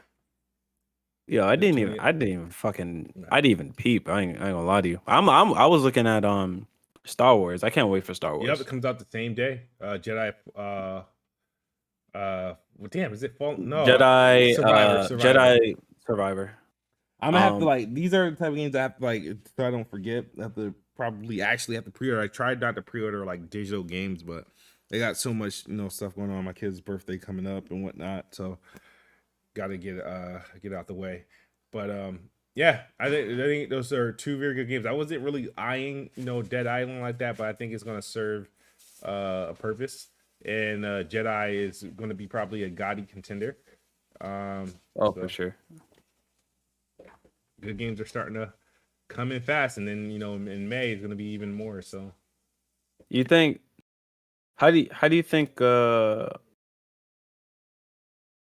do you think? I guess like so far the gaming landscape has been for this year. I think it's been including remakes, of course. It's been pretty damn good. Fantastic for me. It's been pretty good. Because I know I keep forgetting Dead Space came out. That was pretty good. Resident Evil is doing what it's supposed to do. I thought Ole Man was pretty damn good. What else games that came out I mean, obviously Hi-Fi Rush came out. Hogwarts. I liked Hogwarts. I like Hogwarts, and I have to get the problem what I have with Hogwarts. Not that it's a bad game or anything like that. I stopped. I went too long of a break. So what happens? I started Hogwarts. I came out. Got it when it came out. Played it day one, and I was on it. Then I got early access to Wolong Fallen Dynasty, and I didn't drop the game. So and that game took me what a week or two to beat. And then I didn't get back into Hogwarts. I think I left Hogwarts in the middle of like a mission, like a mystery or puzzle mission or something like that. And then Far Cry, they did that update, and I never finished that game, and I beat it with the upgrade, the 5-year anniversary update. And now I'm playing another game that's essentially it was one of those games that are coming that took me it's probably going to take me another week or so I probably won't even finish Hogwarts until sometime in May if I'm lucky because of that. But I have no beef with any of the games that came out so far. I think they've all been pretty solid. I think I've only played one that I would consider. I don't consider Resident Evil to be like a gaudy only because it's a remake. But I think Hogwarts so far is the only one I would consider a game of the year so far. But I know that's going to change over the next couple weeks as Jedi Survivor come out, as the new Zelda game come out, and whatnot. So I think that's obviously, and then I know Final Fantasy is supposed to be coming out some weeks. Final Fantasy's in May, right? Or is it like? I know it went gold. Yeah, it's like May or June. It's like May or June. So there's some. I think we're going to be eating pretty good this spring into the early summer. So, yeah, good games. But that's basically it. Right. That doesn't really matter. I made a post about Cyberpunk's path tracing update. I posted it on my Twitter. That I think I saw a little bit of that. How big of a difference is it from your traditional ray tracing?